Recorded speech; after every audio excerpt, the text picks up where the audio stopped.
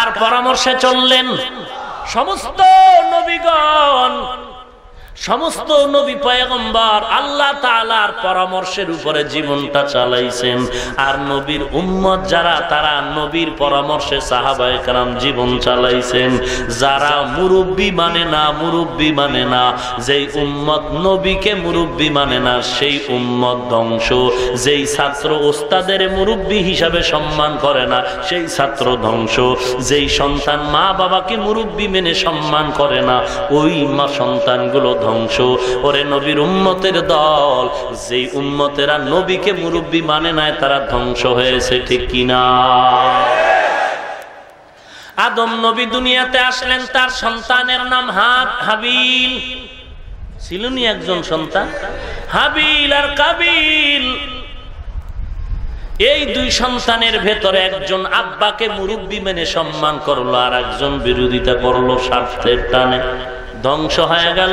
ইতিহাসের পাতায় লেখে, এই দুনিয়াতে মূর্তির পূজা যে করা হয়, আদম নবীর এই দুই সন্তানের এক সন্তান যেটা বাবার কথা মানে নাই, এই কাবিল নামের সন্তান মূর্তি পূজা আগেই শুরু করেছে। ভাইরা আমার, দুনিয়ার ইতিহাস খুঁজলে দেখা যায়, যারা নবীর কি মুরব্বি হিসাবে মেনেছেন, তারা নাজাত প্রাপ্ত হয়ে জান্নাতের পথে চলছেন। আর যারা নবীকে মুরব্বি মানে নাই, যেই উম্মতেরা নবীকে মুরব্বি মানে না, যে ছাত্র উস্তাদের মুরব্বি মানে না, তারা ধ্বংস প্রাপ্ত হয়ে গেল। আদম নবীর পরে আরেকজন নবী শীস আলাইহিস সালাম, তার সন্তান। পয়গম্বর শীষের পরে আরেকজন নবী দাঁড়ায় গেলেন, নূহ আলাইহিস সালাম। একের পরে এক নবী চলে যান, আর এক নবীর আগমন, এক নবী চলে যান, আর এক নবীর আগমন। উম্মতেরা নবী হারা কেউ নাই, কেউ নাই, কেউ নাই। এক পর্যায়ে দেখা গেল, ঈসা নবী দুনিয়া থেকে আল্লাহ যখন তারে আকাশে উঠায় নিয়ে গেলেন, আমার মায়ার নবী দুনিয়াতে আসবেন। ঈসা নবী আর আমার নবী দুনিয়াতে আসার মাঝখান সময় বড় লম্বা সময়। এই লম্বা সময় উম্মতেরা নবী না পাওয়ার কারণে এরা এত খারাপ হলো। ইতিহাসে লেখে, এরা হলো আইয়ামে জাহিলিয়াতের যুগের মানুষ। এত বর্বর, এত খারাপ, পৃথিবীর ইতিহাসে এত খারাপ মানুষ আর কখনো ছিল না। কেমন খারাপ বলে, বাইতুল্লাহ জিয়ারত করে, তাওয়াফ করে, নারী পুরুষ সব উলঙ্গ হয়ে। ভালো মানুষ না খারাপ? শুধু তাই না, যৌবনের চাহিদা পূরণে যুবতী রাস্তায় চলে, যে কোনো যুবক পায় রাস্তার ভেতরে কুকুর কুকুরনি। যৌবনের চাহিদা পূরণে যেমন কোনো টিকিট লাগে না, ওই সময়ের জাহেল মূর্খ বড় বড় তার যুগের অসভ্য মানুষগুলো যৌবনের চাহিদা পূরণে কোনো বিয়ার সিস্টেম নাই। যুবতীকে বলা হলো, যেখানে তোর মন চায় তুই যৌবনের চাহিদা পূরণ কর, যেখানে সেখানে যখন তখন যৌবনের চাহিদা যদি পূরণ করে। ওরে মুসলমান, একটা মানুষ যদি এমন করে, বলো ওই মানুষের মাঝে আর কুকুরের মাঝে ব্যবধানটা কোথায়? ওই সময়ে মানুষ কেন এত খারাপ হলো? জবাব একটাই, মুরব্বি নাই। কি নাই? মুরব্বি নাই। মেয়েটা যত যুবকের সাথে পারে আলিঙ্গন করে, আলিঙ্গন করে, কোনো বাধা নাই, কোনো রিপোর্ট নাই। এক পর্যায়ে অজান্তে মেয়ের গর্ভে বাচ্চা জন্ম নিল। তাহাজ্জুদের মুসাল্লা থেকে 5 মিনিটের মাথায় আফ্রিকার জঙ্গলে হাজির। এইবার পুরা বলা যাবে যে হাফিজুর রহমান গাঞ্জা খায় ওয়াজে বসছে। পটিয়া মাদ্রাসার থেকে তাহাজ্জুদের নামাজের মধ্য দিয়া দৌড়াইয়া 5 মিনিটে আফ্রিকার জঙ্গলে গেল। এটা মোটামুটি গাঞ্জা খায় না, টোটাল গাঞ্জা খায় সাইজ হয়ে গেছে। বেয়াদব, তুই দলিল চাবি, দলিল না চাবি, গালি দাও কেন? হিংসা করো কেন? আমার আকীদা মানুষের কাছে বলে আমার উপরে মানুষের ভক্তি নষ্ট করো কেন?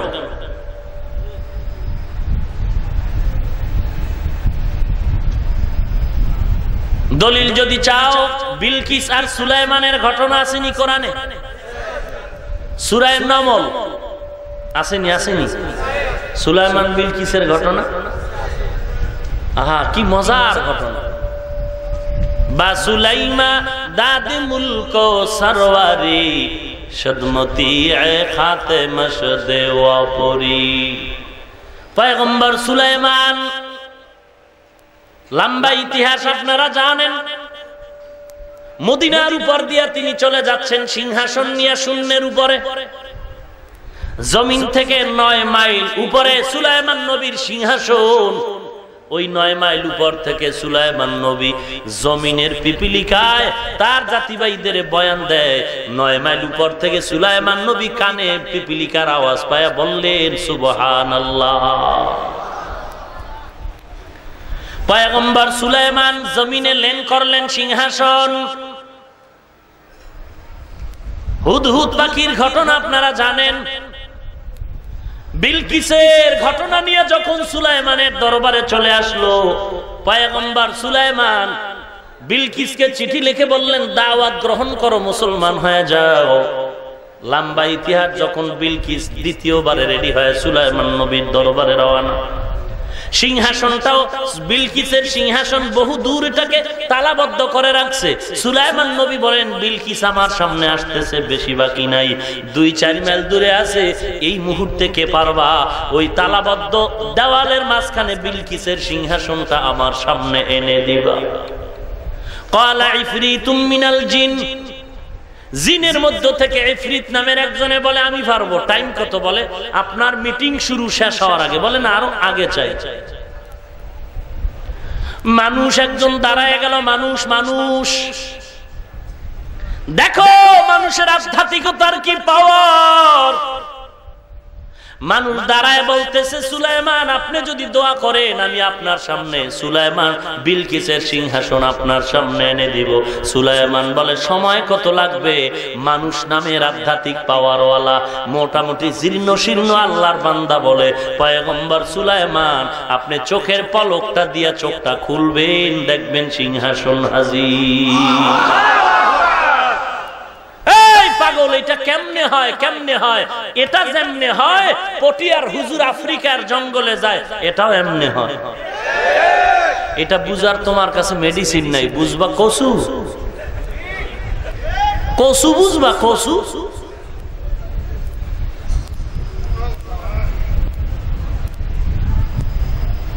ভাইরা আমার, কপাল নিজেরটাও পুড়েছো, অন্যের কপাল পোড়ানোর জন্য চেষ্টায় লেগেছে। ভাইরা আমার, মুরব্বি লাগবে নি? কেমন লাগবে একদিনের জন্য? হ্যাঁ, কুনু কুনু আমরের সিগা। আমর গঠিত হয় ফেলে মুজারে থেকে। ফেলে মুজারের একটি খাসিয়াত হলো দাওয়াম, ইস্তেমরারের অর্থ দেয় সব সময় সব সময় সব সময়। তাহলে আল্লাহওয়ালার বন্ধু হও, কুনু মা সাদিকিন, সাদিকিনদের বন্ধু হয়ে থাকো, একদিন না সব সময়। তোমার রোগ আছে যতদিন ততদিন সম্পর্ক রাখো। আপনি অসুস্থ, ডাক্তার থেকে ঔষধ নিলেন, ডাক্তার মারা গেল, ডাক্তার মরলো কেন, ঔষধ আর খাবো না এমন নাকি? না, এক ডাক্তার চলে গেল আর এক ডাক্তার ধরো, এক ডাক্তার ভালো লাগে না আর এক ডাক্তার ধরো, এমবিবিএস ডাক্তার ভালো লাগলো না হোমিওপ্যাথিক ডাক্তার ধরো। কারণ কি? তোমার চিকিৎসার দরকার, ঠিক নেই? দুনিয়ার লাইনে তোমার বডির চিকিৎসার জন্য তুমি এক ডাক্তার বাদ দিয়ে আর এক ডাক্তার ধরো। এক ডাক্তার দুনিয়ার থেকে বিদায় হলে তুমি আর এক ডাক্তার ধরো। এক ডাক্তারের ঔষধে ভালো না হইলে তুমি আর এক ডাক্তারের কাছে যাও। এরে নবীর উম্মতের দল, তোমার পীর সাহেব যদি ইন্তেকাল হয়ে যায় দেরি করিও না, তুমি আর একজন কান্নাওয়ালা বুজুর্গের হাতে হাত দাও। যদি দেখো তোমার একজন ডাক্তারের কাছে পীরের কাছে গেলা, দেখো তোমার আমল ভালো হয় না, তাড়াতাড়ি তুমি আরেকজন খাঁটি আল্লাহওয়ালার কাছে যাও, তার কাছে গিয়ে তোমার আমল ভালো করো। সেখানেও যদি দেখো ভালো হয় না, আরেকজন আল্লাহওয়ালার কাছে যাও। তোমার উদ্দেশ্য হলো আমল ভালো করা। না, আমি পীরের হাতে হাত দিছি, পীর যদি জাহান্নামে যায় আমিও যাব, এমন মগা মুরিদ আমরা না। আমরাও পীরের মুরিদ, তবে আমাদের স্লোগান হলো আমরা পীরকে মানি ততক্ষণ, পীর নবীর সুন্নাত মানবে যতক্ষণ। যদি দেখি আমার পীর নবীর সুন্নাত মানে না, আল্লাহর কসম আমি আমার পীরকেও মানব না। এখানে আর ভেজাল কি? কোন ভেজাল আছে? নবীর সুন্নাত আগে না, বাস।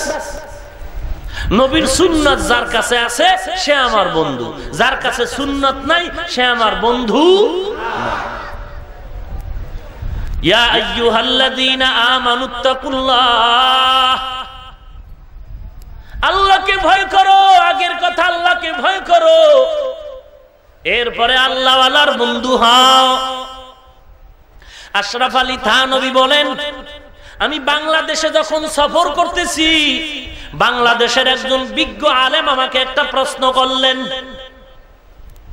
থানভীকে প্রশ্ন করলেন, হে শায়েখ আমার, হাদিস শরীফে নবী বলেছেন সন্তান যদি নেক নজরে মা বাবার দিয়ে তাকায় কবুল হজের সওয়াব পাওয়া যায়। ঠিক নেই? কবুল হজের সওয়াব পাওয়া যায়। আল্লাহওয়ালা পিসা হুজুরের দিকে তাকাইলে আমরা কি পাবো? প্রশ্নটা বুঝলেন? সন্তান মা বাবার দিকে তাকাইলে কি পায়? বাইতুল্লাহর জিয়ারত করার সওয়াব পায়। ঠিক নেই? কিন্তু আল্লাহওয়ালার দিকে তাকাইলে আমরা কি পাবো? এমনেই থানভীর এত নাম, আশরাফ আলী থানভীর এত প্রশংসা এমনেই। আশরাফ আলী থানভী রাহমাতুল্লাহি আলাইহি বলেন, ও বাঙালি আলেম, দুনিয়ার সন্তান যদি মা বাবার চেহারা দিয়ে তাকায় কবুল হজের সওয়াব বাইতুল্লাহর জিয়ারত পায়, কিন্তু মানুষ যদি আল্লাহওয়ালার দিকে তাকায় শুধু বাইতুল্লাহর জিয়ারত না, শুধু বাইতুল্লাহর জিয়ারত না, মা বাবার দিয়ে তাকাইলে সন্তান বাইতুল্লাহ পায়, বাইতুল্লাহ পায়, বাইতুল্লাহ পায়। আর যদি মানুষ আল্লাহওয়ালার দিয়ে তাকায় বাইতুল্লাহর মালিক আল্লাহকে পায়। থানভী গায়ের জোরে জবাব দিছেন, স্পষ্ট রাসূলের হাদিস দিয়ে জবাব দিছেন। রাসূল বলেন আল্লাহওয়ালা ওই ব্যক্তি যার দিকে তাকাইলেই আল্লাহর স্মরণ হয়। আর আল্লাহওয়ালা দিয়ে তাকাইলে যদি বিড়ির কথা মনে পড়ে, কেন কয় আমাকে পিসা হুজুর গাঞ্জা টানে, তো আমি তো বিড়ি টানি। আহা কি বলবো। আল্লাহ আপনি হেদায়েত দান করুন। আমি শুরুতেই বলেছি 1 নাম্বার মালের কোনো অ্যাডভাইস লাগে না, 2 নাম্বার মালের অ্যাডভাইস বেশি দিতে হয়। মনে তো করছেন আমি পুরা আহলে হক পার পেয়ে গেছি। খুব সাবধান, খুব সাবধান। জান্নাত এত সহজ না, এত সহজ না। নামাজ না পড়লেও বলে দিলটা আমার পুরা পবিত্র দিল। এরে আল্লাহর গোলাম, আল্লাহওয়ালার সাথে সম্পর্ক করার উদ্দেশ্য কি? আল্লাহর পথে আগায়া যাওয়া। জান্নাতের পথ চিনি না, ওই জান্নাতের পথে আগায়া যাওয়া। দোকানদারি করলে কি আল্লাহর ইবাদত বন্ধ হয়ে যায়? কথা বলেন। ইতিহাস পেছন দিকে যদি তাকান, আল্লাহওয়ালারা বাজার করছেন, সব কিছু করেছেন, আবার সময় মতো তাহাজ্জুদের মুসাল্লায় দাঁড়ায় গেছেন। এরে নবীর উম্মতের দল, আল্লাহওয়ালাদের বন্ধু হয়ে যাও। এদের সাথে সম্পর্ক থাকলে বড় লাভ। আল্লাহওয়ালার সাথে সম্পর্ক ছিল একটা কুত্তা। কার কার কার কার? কুত্তাটা জান্নাত পেয়ে গেছে। আসতে বলেন কেন? আপনাদের ঘুম আসতেছে? আল্লাহওয়ালার সাথে কার সম্পর্ক হয়ে গেল? কুকুর কই যাইবে? ঘটনা জানেন না? আসহাবে কাহাফের সাথে কুকুর ছিল নি? এই কুকুর কোথায় যাবে? জান্নাতে যাবে। কুকুরটাও জান্নাতি। সালেহ আলাইহিস সালামের উটনি কওমের লোকেরা বলেছিল, নবী যদি আপনি আমাদেরকে পাহাড়ের মাঝখান দিয়ে একটা উটনি বের করে দেখাইতে পারেন আমরা নবী বলে মানব। সালেহ আলাইহিস সালাম দোয়া করলেন, হে মালিক, আমার কওমের লোকেরা আপনার উপর ঈমান আনবে যদি আপনি কুদরতের দ্বারা উটনি বের করে দেন। আল্লাহ তাআলা কুদরতের দ্বারা পাহাড়, দুই পাহাড়ের মাঝখান থেকে উটনি বের করে দিলেন। তাকায় দেখে পাহাড়ের মধ্যখান থেকে একটা উটনি বেরিয়ে হেঁটে হেঁটে সামনে হাজির হয়ে গেল। এই উটনিটার পেটের মধ্যে ছিল একটা বাচ্চা। এই কওমের লোকেরা মানল না, এমন বেয়াদবি করলো, এই উটের বাচ্চাটাকে মেরে ফেললো। এমন ভাবে তাৎক্ষণিক ভাবে গজব শুরু হয়ে গেল।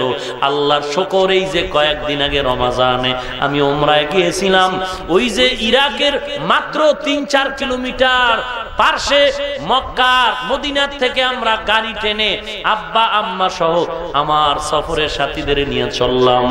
ওই আল উলা জায়গার নাম, বিশাল একটা জায়গা, ওই পাহাড় নিজ চোখে দেখে আসছিলাম। সালেহ আলাইহিস সালামের উটনি যেই দুইটা পাহাড়ের মধ্যখান থেকে বের হয়েছে, এগুলো সব দেখে দেখে আসলাম। এরে নবীর উম্মতের দল, আল্লাহ তাআলা বললেন, ও সালেহ, তোমার কোনো চিন্তা নাই, এই উটনিটা তোমার মোহাব্বতের কারণে উটনিও তোমার সাথে জান্নাতে যাবে। ইউসুফ নবীর নাম আপনারা জানেন। আরে ভাইজান, আল্লাহওয়ালার সাথে সম্পর্ক ভালো না খারাপ? আতরের দোকানে গেলে যেমন আতরের ঘেরান পাওয়া যায়, পায়খানার সামনে গেলে পায়খানার গন্ধ আসবে। এরে নবীর উম্মতের দল, আল্লাহওয়ালার বন্ধু হও, লাভ আছে, লাভ আছে। আতরের দোকানে গেলে কিনতেও যদি না পারো, তাহলেও তুমি আতরের ঘেরানটা পাইবা। আল্লাহওয়ালার কাছেও যদি থাকতে পারো, আল্লাহওয়ালার মোহব্বত তোমার ভিতরে চলে আসবে। আমি মাঝে মাঝে উদাহরণ দেই, আল্লাহওয়ালার কাছে গেলে কেমন অ্যাকশন শুরু হয়। আপনাদের অত্র অঞ্চলে আমের গাছ, কদু খেত আছেন, মাঝে মাঝে দেখছেন নি জুতা টানায় জুতা। কেন? বরকত বেশি হবে। জি ভাই, কেন জুতা টানায়? মুখ লাগাই দিই, মানে ওর মুখ খুইলে হেন লাগাই দিই। কার? বদনজর, বদনজর, বদনজর। এই ভাবলি কথা কয় না, কি নজর? কার বদনজর? বিশ্বাস হুজুরের, খতিব সাহেবের? না না, গাঞ্জাখোর। বিড়িটাই না চেহারা ভাল্লুকায় বানায় ফেলাইছে, ভাল্লুক। দেখছেন নি সাফা ভিতরে ঢুকায় লাইছে টানের টালা। বলে বিড়ি না টানলে নাকি পায়খানাই ক্লিয়ার হয় না। বড় দুঃখ। এই জায়গায় দীর্ঘ টাইম বয়ান শুইনা মোনাজাত কইরা রাস্তায় নাই নাই বিড়ি টান। কথা কয় না? এই মগা, এনে যে মোনাজাত হইল, একটা উপকারের কথা ক, আমি এখন বিড়ি টানবো, খোদার কসম। ক, চেহারা ভালো হয়, বিড়ি টানলে বউ ভাগে না, সন্তান বেশি হয়, কামাই রুজিতে বরকত হয়। একটা উপকারের কথা ক, আমি এখন বিড়ি টানবো। আরে যারা বিড়ি বানায় এরা কয় মরণ। এরা কি বলছে? ধূমপান বিষপান, ধূমপান বিষপান, ধূমপানে মৃত্যু ঘটায়। এরপরও বাঙালি টানেনি। আল্লাহ আপনি হিদায়াত দান করুন। রাগ করলেন? আপনাদের ক্ষতির জন্য বললাম? কোন দুশ্মনী আছে এই জন্য বললাম না, জাহান্নাম থেকে বাঁচাবার জন্য বললাম। আল্লাহ আপনাদের আমাদের সবাইকে হিদায়াত দান করুন। কোন কথায় কথাটা টানলাম? ওই যে কদু ক্ষেতের ভিতরে জুতা টানাইছে, এক গাঞ্জাখোর মগা বিড়ি টানে আর সোনাবন্দের গান গায়ে রাস্তা দিয়ে যায়। ওই ক্ষেতের মধ্যে তাকায় কয়, ওরে আমার লাউ রে। এই গজব শুরু, ঠিক নি? এবার আপনাদের জ্ঞানের কাছে আমার প্রশ্ন, একটা বেআমল বখাটে গাঞ্জাখোরের নজরটা যদি গাছের মধ্যে লাগার কারণে গজব শুরু হয়, একজন বেআমল, নামাজ নাই, রোজা নাই, এমন বেআমল ওয়ালার নজরের মধ্যে যদি গাছের মধ্যে অ্যাকশন শুরু হয়, যেই বান্দা তাহাজ্জুদ ছাড়ে না, জিকির ছাড়ে না, কোরআন তেলাওয়াত ছাড়ে না, এমন একজন আল্লাহওয়ালা যদি দুনিয়াওয়ালার দিকে নজর দেয়, ওরে বাঙালি একটু জবাব দে, ওই বান্দা কেন নামাজি হবে না?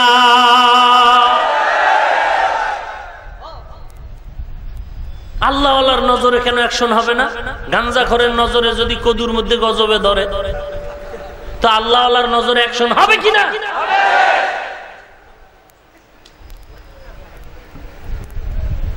ভাইরা আমার, পারস্যের কবি, কবিকুল সম্রাট শায়েখ সাদি রহমাতুল্লাহ আলাইহির ঘটনা আমি বারবার আপনাদের শুনাইছি। গোসলখানায় গিয়া মাটির চাকা পাইলেন, ঘ্রাণ আসতেছে, জানেন না? জানেন, তার দিকে আর গেলাম না। পয়গম্বর ইউসুফ আলাইহিস সালাম ওই মিশরের অর্থমন্ত্রীর দায়িত্ব নিয়ে চেয়ারে বসছেন। ইউসুফ নবী দুর্ভিক্ষের সময় মানুষকে খানা দেয়, খানা বহু দূর থেকে মানুষ খানার জন্য লাইনে দাঁড়ায়। ইউসুফ নবী কর্মচারীদের বললেন, সিরিয়ালে খানা দাও।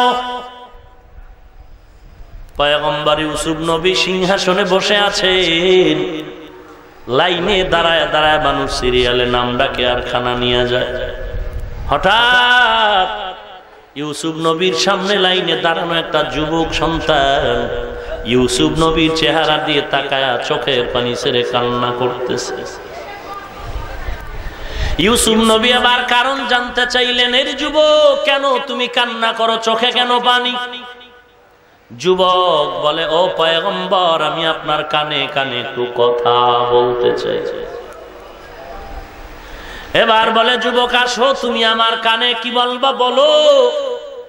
যুবকের মুখটা ইউসুফ নবীর কানের গোড়ায় লাগায় কি যেন বললেন।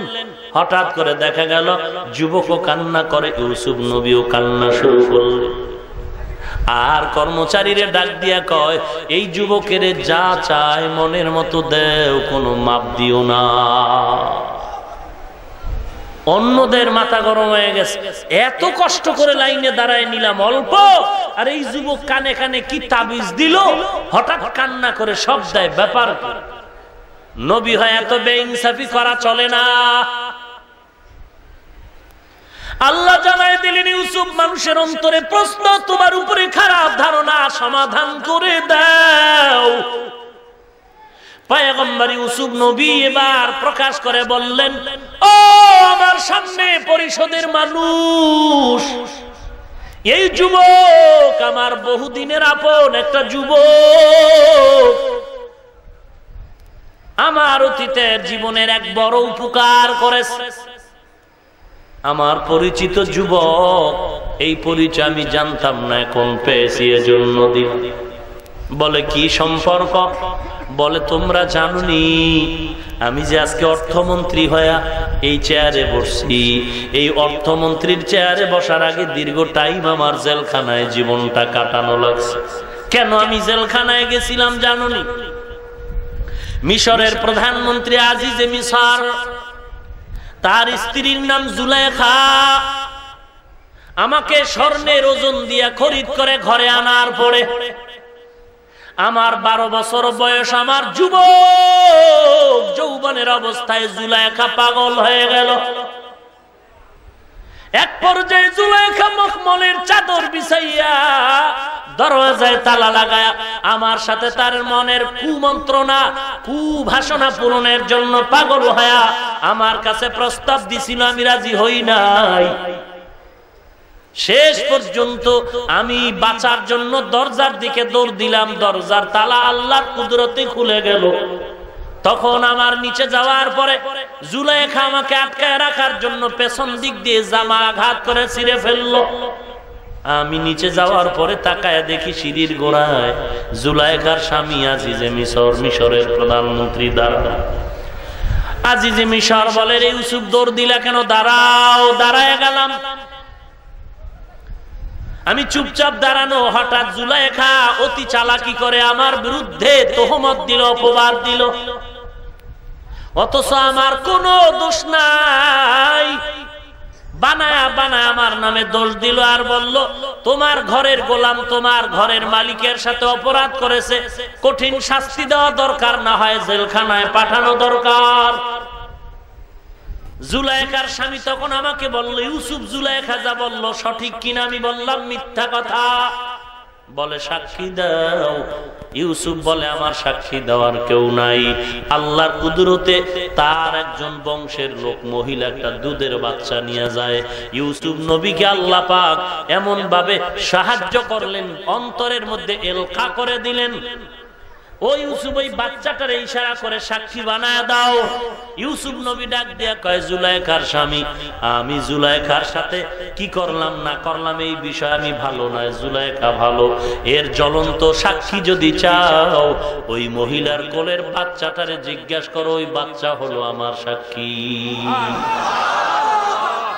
জুলাইখার স্বামী বলে, বাচ্চা কি কথা বলতে পারে? তুমি প্রশ্ন করে দেখো পারে কি পারে না, জিজ্ঞাসা করে দেখো।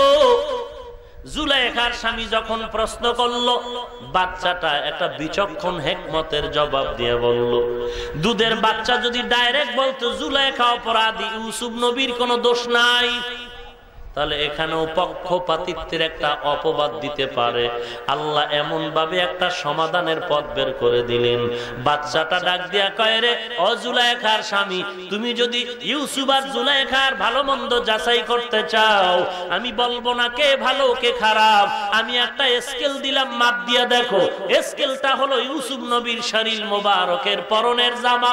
এ জামাটারে মাপ দাও, জামাটার সামন দিক দিয়া যদি ছিদ্র থাকে প্রমাণিত হবে ইউসুফের অপরাধ। আর যদি দেখো ইউসুফের পরনের জামাটা পেছন দিক দিয়ে ছেঁড়া আছে, তাহলে মনে করো বা জুলাইখা অপরাধী। এইটা যখন বলা হলো, প্রমাণ দেখলো ইউসুফ নবীর জামা পেছন দিক দিয়ে ছেঁড়া। এইবার জুলাইখার স্বামী বুঝতে পেরে বলে, রে জুলাইখা, তুমি বড় নষ্টামি করেছো, তওবা করো। আর ইউসুফের বলল, খবরদার এই ঘটনা যেন কেউ জানে না। কিন্তু কে দিবে জানায়া? বুঝার উপায় নাই, সিসি ক্যামেরার ফোকাস মারা ছিল। হায় হায় হায়, দেখছেননি 13 বছর আগের কথা মোবাইলে কেমন করে হাজির। হ্যাঁ, মানুষ যদি পারে তখন পারে না আল্লাহ? খবর হয়ে গেছে। বড় সম্ভ্রান্ত পরিবারের মহিলারা বলে, প্রধানমন্ত্রীর বউ গোলামের সাথে এই কাম করেছে। জুলাইখা প্রমাণ করার জন্য লম্বা ইতিহাস কোরআন শরীফে আল্লাহ বয়ান করেছেন। সোহবতের কত দাম, আল্লাহ ওয়ালাদের সম্পর্কের কত মূল্য। ইউসুফ নবী কয়, ও এলাকার মানুষ, যুবকের আমি খানা বেশি দেওয়ার কারণ হলো এই যুবক আমার কানে কানে পরিচয় দিয়ে বলেছে, ইউসুফ নবী তুমি জানো না আমি যুবককে, আমার পরিচয় নাও। জুলাইখার সামনে তোমাকে সত্যবাদী প্রমাণ করার জন্য যেই মায়ের কোলের দুধের বাচ্চা সাক্ষী হিসেবে হয়েছিল, ওই দিনের মায়ের কোলের শিশু হলাম আজকের আমি যুবক। বহু আগে সম্পর্ক তোমার একটা উপকার করেছি, ইউসুফ নবী আজ উপকারের জন্য পাগল। এই ঘটনার থেকে মুফাসসিরিনে কেরাম আমাদেরকে উপদেশ দিচ্ছেন, ইউসুফ নবীর সাথে এতটুকু সম্পর্কের কারণে যদি সে সময় মতো নিজের সব আশা পূরণ করে নিতে পারে, দুনিয়াতে থেকে যদি বান্দা আল্লাহর সাথে, কোরআনের সাথে, কোরআন ওয়ালাদের সাথে সম্পর্ক মজবুত করে মৃত্যুবরণ করতে পারো, হাসরের কঠিন দিনে এতটুকু সম্পর্কের ফলাফল জান্নাত পেয়ে যাও। সোহবতে সালে তোরা সালেহ কুনাত, সোহবতে তলে তোরা তলে কুনাত, এক জমানা সোহবতে বা আউলিয়া বেহতার আজ সদ সালে তাআত বেরিয়া। ইয়া আইয়ুহাল্লাযীনা আমানুত্তাকুল্লাহ ওয়া কুনু মা'আস সাদিকিন। মালিকের সাথে সম্পর্ক জোড়ায় দাও, মালিকের সাথে সম্পর্ক জোড়ায় দাও রে মুমিন। জুলাইখা জীবনে স্বপ্ন দেখলো, 3 বার ইউসুফ নবীরে দেখলো, স্বপ্নে দেখে জুলাইখা পাগল, এই যুবকের কই পাই। স্বপ্নের একবার পরিচয় দেওয়া হলো, মিশরের প্রধানমন্ত্রীর কার্যালয়ে গেলে আমার দেখা পাইবা, তবে কোন দিন যাইবা তা বলে নাই। জুলাইখা ঘুম থেকে উঠা পাগল হয়ে গেছে, পাগল। মিস কল পাইছি, এখন দেখা না করলে হবে না, বুঝেন? এরে যুবক, একটা মেয়ের পিছনে পড়ে মা বাপ পর্যন্ত ছেড়ে দেয়নি, কথা কন না কেন? আর এর মাধ্যম ঘটকালি করে মোবাইলে। মোবাইল হলো ঘটক। বাবার অজস্র টাকা ব্যয় করে চুরি করে। যারা আব্বা হিসাবে আছেন ভালো করে মনে রাখবেন, আপনার পকেট থেকে আপনার নিজস্ব সম্পদ যদি কেউ চুরি করে, বিশেষ করে আপনার নিজের ফ্যামিলির সন্তান হোক বা আপনার ছেলে মেয়ে স্ত্রী হোক, কোটি টাকা কামাই করলে আপনার কামাই রুজিতে কোনো বরকত আসবে না। আর ছেলেরাও শুনে রাখে। অথচ একটা মেয়ের পিছনে পড়ে বাপ সারে মা সারে, টাকা তো শেষ। কেন এই মেয়েটার জন্য? কি মেয়ে কি দেশে একজন নাকি? কথা কয় না তো। এর জন্য বাপ মা টাকা পয়সা সব সাইডে এক রশিতে ঝুলাও রয়েছে, কথা কন না কেন? টাকা টাকা বলে খালি মিস কল দিবে, আমি ব্যাক করে কথা বলবো। টাকা না থাকলে বল, আমি ফ্লাক্সি করে দেই। একটা মেয়ের পেছনে এত কিছু দেও কেন? মেয়ের ঘামের থেকে মেশকের ঘ্রাণ পাওয়া যায় না? মেয়ের পায়খানায় খুব সুগন্ধ। এরে বাঙালি মানুষ, একটা মেয়ের জন্য পাগল হয়ে যদি তোর মা বাপ সব ছেড়ে জীবনটা পর্যন্ত দিতে পারো, আমার রহমাতুল লিল আলামিনের প্রস্রাব পায়খানা ঘাম থেকে মেশকের ঘ্রাণ, আমার মায়ার নবীর চেহারা মোবারকে এত আলো আর মোহব্বত আল্লাহ দিলেন, 7 দিনের ক্ষুধার্ত ব্যক্তি তাকাইলে ক্ষুধা নিবারণ হয়ে যায়। তাহলে সেই নবীর মোহব্বতের টুপি পরে আমি আজ নবীর মোহব্বতের আদর্শের দাড়ি রেখে লম্বা জামা পরে আজ আমি হাফিজুর রহমান মানুষের মাথার তাজ হয়েছি রসুলের আদর্শের কারণে। তাহলে যেই রসুলের আদর্শ আমাকে এত সম্মানিত করে দিল, সেই নবীর মোহব্বতে কেন জীবনটা দিতে পারবো না? তুমি সহজ কথা বুঝো না কেন? তুমি একটা মেয়ের পিছনে জীবন দিতে পারলে রসুলের মর্যাদার কোনো তুলনাই নাই, সেই নবীর জন্য কেন উম্মত আশেক জীবন দিবে না?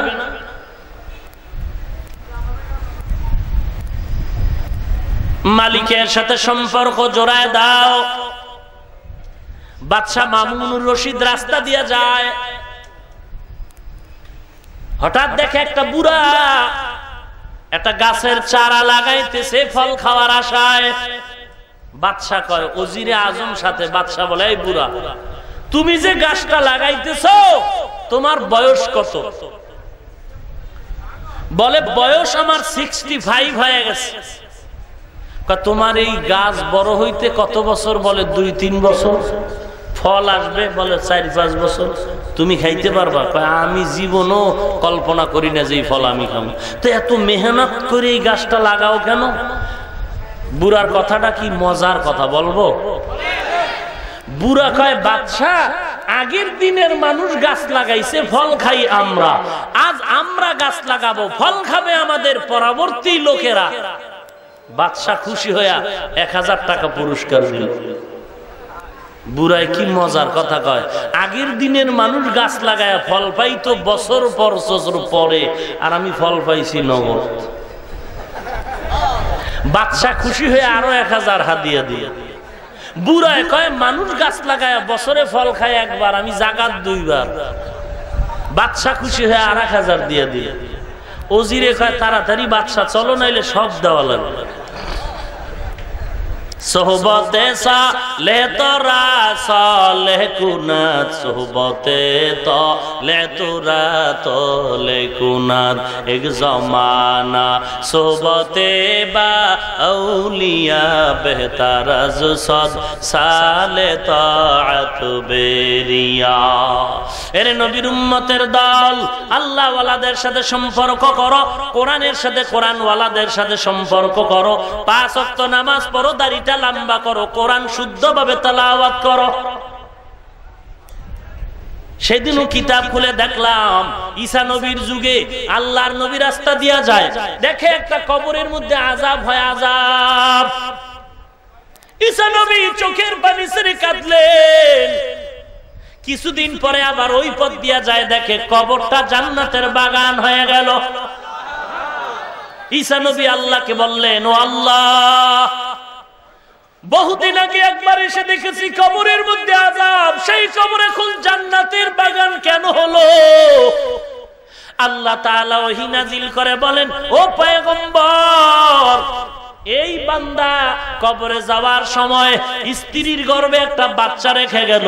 ওই বাচ্চাটা দুনিয়াতে যখন আসলো, ওই বাচ্চাটারে মাদ্রাসায় পাঠায়া, ওই বাচ্চা মাদ্রাসায় গিয়া যখন আমার নাম নিয়ে পড়লো, বিসমিল্লাহির রহমানির রহিম, এইটা পড়া মাত্র আমি মাওলার অন্তরে বড় মায়া লাইগা গেল। আমার নাম রহমান, আমার নাম হলো রহিম। আমার এত দয়া, এত দয়া, আমি আল্লাহর মায়ার কারণে আমি ফেরেশতাকে অর্ডার করলাম, দেখ ওর বাবার কবরে আযাব হয় নাকি। ফেরেশতারা রিপোর্ট দিল আযাব হয়। আল্লাহ বলেন, যেই শিশু বাচ্চা আমাকে বলে আমি নাকি রহমান, যেই বাচ্চা বলে আমি নাকি রহিম, আমি আল্লাহ এই কথা শোনার পরে ও আত্মীয় স্বজনের কবরে আযাব দিতে বড় আমার কষ্ট লাগে। ওই বরকতের কারণে আমি ঘোষণা দিলাম, ওর কবরের আযাব মাফ, জলদি করে জান্নাতের বিছানা কবরে বিছায়া দাও। ওরে নবীর উম্মতের দল, কোরআনের সাথে সম্পর্ক রাখো রে বাবা। কোরআন শরীফ পড়তে পারো না, ধরে ধরে তাকাও, হাযা কালামু রাব্বি, এটা আমার আল্লাহর কোরআন, তাকাইলেও সওয়াব হবে, সওয়াব হবে। আল্লাহর কোরআন এত বরকতের কোরআন, বুঝাবার কোনো ভাষা নাই রে বাবা। ডাক্তার রিলিজ দিয়া কয় রোগী আর ভালো করা যাবে না, আলহামদু সূরা পড়া যখন দম করে দেয়, হাজারো প্রমাণ আছে আলহামদু সূরার দমের পানি খাওয়ার পরে ওই রোগী আলহামদুলিল্লাহ সুস্থ হয়ে গেছে। আল্লাহর কোরআন সিনায় লাগাও, কোরআনটারে শুদ্ধ করে পড়ো। নিজের ছেলে মেয়ে, নিজের স্ত্রীকে কোরআন শুদ্ধ করে পড়াও। মাদ্রাসার অভাব নাই, আমি বলি না, বর্তমানে মহিলা মাদ্রাসা আছে না নাই? আমি বলি না আপনার ম্যাডামকে, আপনার কন্যা সন্তানকে আপনি দাওরা পড়ায় বড় মাওলানা বানাবেন, না না, আলেমা বানাতে আমি বলি না। আমি বলি না আপনার মেয়েটাকে আপনি বড় আলেমা বানান, আমি বলি তো বলি না, বরং এর পক্ষেও আমি না। আপনার মেয়েটারে বড় আলেমা বানানোর পক্ষে। আপনার মেয়েটা শুধু কোরআনটারে সহি করান। আপনার মেয়েটা 1 বছর যদি দৈনিক 1 ঘন্টা করে মাদ্রাসায় সময় দেয়, কোরআন শুদ্ধ হয়ে যাবে। এবং চলার জন্য যতটুকু মাসআলা মাসাইল দরকার, এগুলো বাংলা কিতাব পড়ে ওখান থেকে পারলে আরবি উর্দু শিখবে। সেজন্য মাত্র বেহেশতি জোর পড়লেই হয়ে যাবে, দাওরা হাদিস পাস করানোর প্রয়োজন হবে না। এরে মা, অনুরোধ করে বলি, মা আমিও তো একজন মায়ের সন্তান, তুমিও তো আমার মায়ের মতো একজন মা। ও বাবাজিরা, আমিও তো একটা বাবার সন্তান, তুমিও তো আমার বাবার মতো একজন বাবা। আল্লাহ তোমাকেও সন্তান দিল, মনটা কি চায় না একজন আলেমের মা বাবা হয়ে কবরে যাও, একজন হাফেজে কোরআনের মা বাবা হয়ে কবরে যাও। কত কষ্ট করে মা বাবায় লেখাপড়া শিখাইলেন, আমার মা বাবার জীবনটা বড় ধন্য হয়ে গেল। এরে নবীর উম্মতের দল, আল্লাহর কাছে তৌফিক কামনা করো, আল্লাহ তুমি একজন আলেমের মা বানায় দাও, তুমি একজন হাফেজে কোরআনের মা বাবা বানায় দাও। আমার ইন্তেকালের পরে সন্তান আমার জানাজার ইমাম হয়ে যাবে। এর থেকে আর ভালো কপাল মা বাবার নাই। অনুরোধ করে বলি মা বাবাকে, সন্তানেরদেরকেও বলি, ও সন্তান, সহিভাবে কোরআন পড়ো, সহিভাবে কোরআন পড়ো। রসুলের সুন্নতের আমল করো, টুপি পরো, 5 ওয়াক্ত নামাজ পড়ো। আমি একথা বলি না স্কুলে যারা পড়ো মাদ্রাসায় ঢুকো, আমি একবারও বলি না যারা চাকরি করো চাকরি ছেড়ে দাও, তাও বলি না তুমি স্কুলে পড়ো পড়ো, কলেজে পড়ো পড়ো, ভার্সিটিতে পড়ো পড়ো, আলিয়ায় পড়ো পড়ো, কোনো হিংসা নাই। তুমি চাকরি করো, ব্যবসা করো করো, তোমার সাথে আমার কোনো হিংসা নাই। আমি বলি না তুমি আমার মতো দাড়িওয়ালা টুপিওয়ালা বড় হুজুর হয়ে যাও, তাও আমি বলি না রে বাবা, তুমি যেইভাবে চলো চলো, যেখানেই থাকো থাকো। তোমার কাছে আমার বিনয় অনুরোধ হলো দাড়িটা লম্বা করো, 5 ওয়াক্ত নামাজ পড়ো, নবীর সুন্নত অনুযায়ী চলো। তোমার মতো যুবক RAB, army, police, OC DC, SP, কোটি টাকার মালিক যেই জমিনে আছে একটা টাকাও হারাম খায় না, অথচ আজকে কোটি টাকার মালিক 1 ওয়াক্ত নামাজও বাদ দেয় না। র‍্যাবের চাকরি করে দাড়িওয়ালা নামাজি, স্কুলে কলেজে লেখাপড়া করে ছাত্র দাড়িওয়ালা নামাজি, স্কুলের প্রফেসর কলেজের প্রফেসর দাড়িওয়ালা নামাজি, ভ্যান চালায়, রিক্সা চালায়, নৌকা চালায় দাড়িওয়ালা নামাজি, ড্রাইভারি করে দাড়িওয়ালা নামাজি যুবক। দেখো কোটি টাকার মালিক চাকরি করে, ব্যবসা করে, অভাব নাই। তোমরা কেন পারবা না? আমার ফাইনাল জবাব, তোমার কপালে হেদায়াত বুঝি নাই, এখনো সুযোগ আছে, তওবা করে নাও। আল্লাহ বলেন তওবা করে চোখের পানি যদি ছেড়ে দাও, চোখের পানিটা গালের নিচে আসার আগে সব গুনাহ মাফ। দুনিয়ার ঘরে আগুন লাগলে যেমন পানি ছাড়া ঠান্ডা করা যায় না। আমি প্রায় সময় ঢাকা আশুলিয়া সাভার ওখানের একটা ঘটনা বলি। ওখানে একটা গার্মেন্টস আছে, গার্মেন্টসটার নাম হলো মাল্টিফ্যাবস। এই গার্মেন্টসে প্রতি বছর 2 দিন ওয়াজ দেয়। গত বছর 1 ডিসেম্বর আমি মাহফিল করেছি আশুলিয়া। বয়ান করার পরে যেই গার্মেন্টসটার উদ্যোগে মাহফিল, ও গার্মেন্টসের মালিক আমার বাম পাশে বসে বয়ান শুনল। সাক্ষ্য সত্য প্রমাণিত খবর হলো ওই গার্মেন্টসে 5000 কর্মী কাজ করে। 1 ওয়াক্ত নামাজ যদি না পারে বেতন বন্ধ করে দেয়। এ ভালো মানুষ নাই দুনিয়ায়? মাস্তানি করো না। আপনারা টেলিভিশন যারা দেখেন বা মিডিয়ার খবরে জানছেন, কয়েকদিন আগে সেই মাল্টিফ্যাবসে বয়লার বাস্ট হয়ে আগুন লেগে জায়গা 13 জন মানুষ নিহত হয়ে গেল।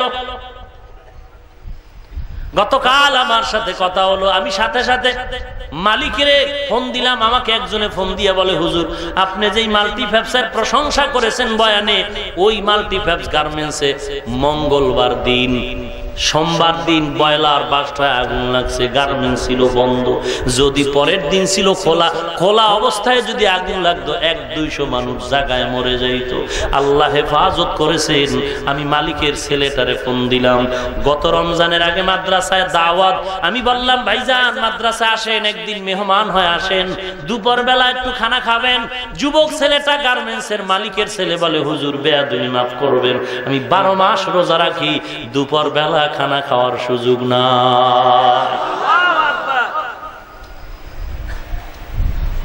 আমি ফোন দিলাম, ভাইজান কি অবস্থা? শুনলাম নাকি আগুন লেগেছে। বলে হুজুর যাচ্ছি। তার অ্যাসিস্ট্যান্ট আমাকে গতকাল কথা বললেন, হুজুর মালিক বড় আশ্চর্য, 13 জন মানুষ মারা গেল। অন্য গার্মেন্ট যদি হইতো এতদিনে মালিকের জেলখানায় নিয়ে যাইত। আল্লাহর শুকর এখনো পর্যন্ত কোনো সমস্যা হয় নাই। মালিক বলেছে আপনি যদি একটু এসে দোয়া করে দিতেন তো একটু আল্লাহর রহমত আসতো। আমি আজকে ডায়েরি দেখে তারিখ দিলাম বুধবার ফজর করে আমি গিয়ে একটু দোয়া করে আসব। এরে নবীর উম্মতের দল 5000 কর্মী মাল্টিফ্যাবস গার্মেন্টসে কাজ করে, 1 ওয়াক্ত নামাজ যদি বাদ দেয় বেতন বন্ধ। এরে যুবক আল্লাহর গোলাম, তুমি কোথায় চলছো? কার মাস্তানি বয়ান শুইনা দাড়ি কাটতেছো, বেপরদায় চলতেছো? কে বলেছে তোমার নামাজ না পড়লেও হবে?